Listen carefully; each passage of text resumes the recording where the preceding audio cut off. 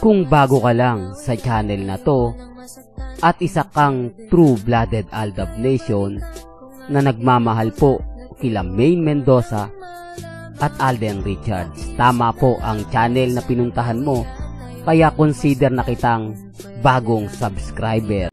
Welcome back mga kaaldab. Ito na naman po ang inyong lingkod, si Mr. Destiny. At siyempre panibagong update na naman po tayo. Panibagong mga kaganapan kina Mr. and Mrs. Paul Carson, na kung saan nga po tayo na naman po ang pinag-uusapan. Sinasabi nilang issue na naman daw at yung edited lang daw po yung mga pinapakita natin. Wala daw pong katotohanan at kumbaga haka-haka lang daw po. Gaya na sinabi ko, dito naman po kasi sa channel ni Mr. Destiny, wala naman pong pilitan. Kung ano po yung post ni Maine, kung ano po yung update ni Alden, yun lang naman po yung binabalita ko. At hindi po tayo gumagawa ng mga photos, video na kung saan hindi naman po galing mismo kina Mengay at kay Alden Richards. Kaya nga po nagulat na lang ako nung may nababalitaan tayong hindi maganda, hindi kaaya-aya. Di po ba?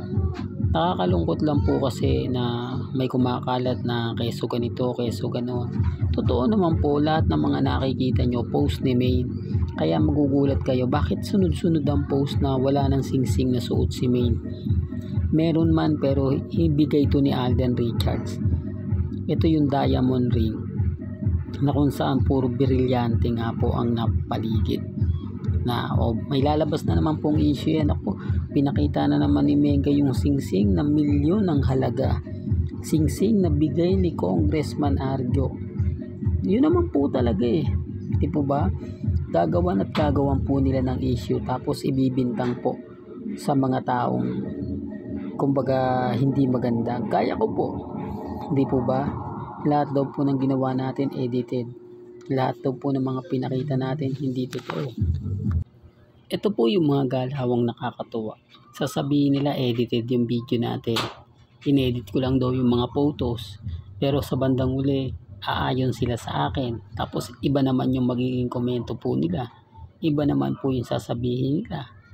Hindi po ba? Pansin niyo po ba mga kaaldab na kapag ako yung nagbibigay ng update, marami nagre-react. Pinubuhay ko daw lagi yung Aldab na wala naman po daw komunikasyon yung dalawa.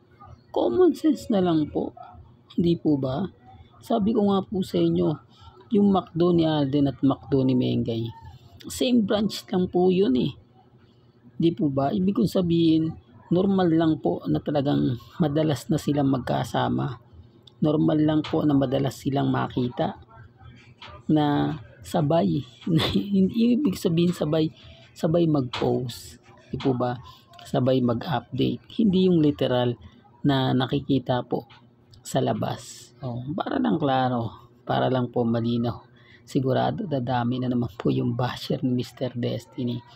Sa ngayon kasi mga kaaldab, okay na po yung mga nakita natin. Sunod-sunod na revelasyon, yung paglaglag ng singsing ni Mengay, pagpapakita na hindi niya na sinusuot. Ito na po yung simula. Hindi po bagay na sinabi natin, may hidwaan po talaga sa sa pagitan po ng pamilya Mendoza at pamilya Atayde, na sinasabing bakit si Mengay ang pang sinisisi. Bakit si Mengay ang may kasalanan? Bakit yung mga regalo kay Jella Atayde? Di po ba Risa kay ano ba yan, mahaldap sa kapatid ni Congressman Arjo na asawa ni Sanjo, di po ba? Kaya sabi sa inyo, nakakalungkot lang po. May mga bagay-bagay na si Mengay po talaga yung napuputukan. Sa bagay, si Mengay po kasi lagi nasa labas Si Mengay po yung laging updated. Si Mengay po yung maraming post pagdating po sa social media. Although sabihin natin, hindi po sa kanya. Ang ibig kong sabihin, yung karir ni Mengay talagang buhay na buhay pa.